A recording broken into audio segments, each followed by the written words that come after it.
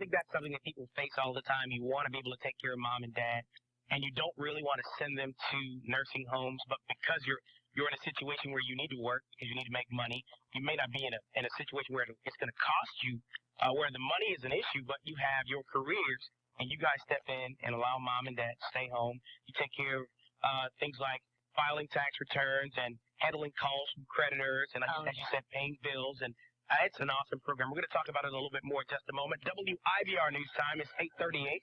Time for Traffic First. Traffic on the 8s with giving information, serving the community. People who have to take care of elderly parents. I know you don't want to put them in a retirement home or a nursing home, and you want to know, what can I do? We're talking about that this morning. Marilly of Elder Care Services is in studio with us this morning, looking very energetic. Let's talk about being in the home. You don't actually go to the home. Tell us, how does that work? Well, when we first meet our client, we meet with the client and anyone that's involved with their financial affairs, their children usually, and have a meeting with parents.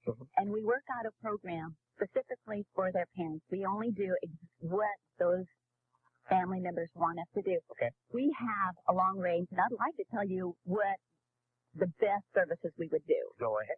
Okay. What we would do is take all the stress from the finances away from the parents. We open a post office box, and I get their mail. We open a checking account, or we use their checking account, and they just don't write checks on it anymore. I get rid of the bad mail. I handle all the bills. Then we call the creditors, tell them they have to call me instead of calling the parents at home. When creditors call, it's extremely upsetting to them. We then work out the budget, and I pay those bills in a timely manner. There are no bills then that aren't rectified. Yes. Now, when you talk about opening up checking accounts, tell us what that process is, because people are going to wonder more about that. Who signs the checks? Who authorizes them? That's a very good question. It depends on what their family wants. We have some clients that Karen signs the check.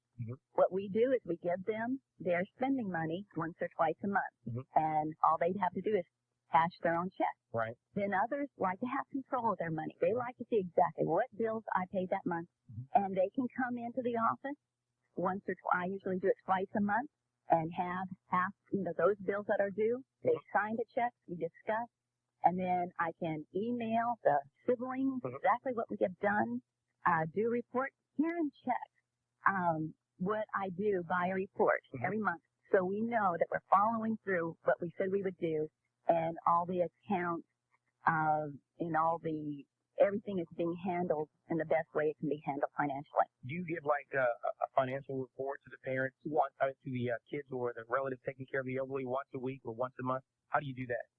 Once a month they get a report. That shows where all the money is gone, what took place, what transactions happened? Yes, and I give them a copy of the register. They know exactly what has happened. However, and some people say, I know you're doing it, I don't care. Then after a couple of years, but yes, the nice thing with Karen is that the family knows exactly how the money is spent. And Karen is a typical accountant. She is so detailed. Meticulous about taking care of business. Yes. What about resolving conflicts between kids? Are you taking care of mom and dad the right way? Are they, getting medicine? Yeah. I know you're going to be the person in the middle of that. How do you deal with this? Yes, I like to be the person in the middle of this. Wow, okay. Because usually at that stage, there's one child that's trying to handle everything. And the other kids are away saying, why didn't you do this? Or they just don't understand. And one child can be overwhelmed and stressed, or even one child can be justifying what she's doing, or he, and saying, hey, I deserve to also buy a car. Right. It's going to come to me someday. They can misuse their own parents' finances and justify them in their mind. And we can't do anything like that. I cannot accept anything from a client. I can't accept at Christmas a box of chocolate. It is purely a business relationship. And it's a good policy to have. It is I'm glad Karen has that policy. And it's the only ethical business thing to do. But I love them like family. Yeah. It becomes to me like family. What do you do in an instance where you may have kids here or kids in Minnesota Right. or other parts of the country that may equally want to find out how the money is being spent or get day-to-day, or not day-to-day, but week-to-week reports on how mom and dad are being treated? What do you do in that case? Oh, we can do whatever the family wants as far as reports. Email, faxes are awesome. You know, it's no trouble once I have a report to get it to them however they want me to get it to them. How hard is the setup process? For people who are now listening and wondering, okay, how can I make a phone call to set this up? How hard is the setup process? Well, we are not a nonprofit organization. We are a typical CPA firm. But what they do is they fill out a questionnaire. So we know exactly what accounts they have and what investments they have and what bills they owe. And then once we have all that information, then we have a meeting with Karen, and they tell us exactly what they want. And then from then on, I do everything else. Wow, this has to be an awesome experience for you, being involved with all of these different families and people. And what do you gain from this? Because you seem very excited about doing it. I love it. I love it.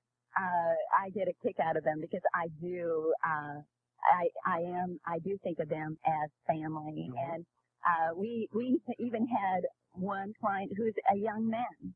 And, you know, I hear about how each bill is done, and I talk to the different people, and when he comes in, I feel like hugging him. And to me, it was purely a business situation. A young man who you're taking care of? Right, okay. Right. And, you know, he's a, college-educated, extremely great businessman who doesn't like to pay his own bills. So this is not just specific to older people. We call senior care, and we hope this will grow too.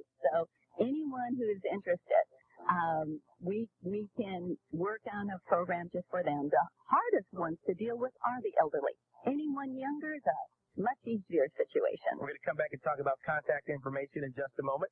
WIBR News Time is 8:48. Let's check traffic. Here's Casey O'Connell. Well, Clay, I just not joining Ed Buzz. He'll be filling in for Ed Buzz today. I'm certain Matt is going to have a lot of fun. It's going to be a heck of a show, man.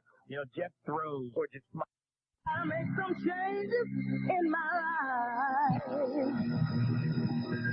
You see,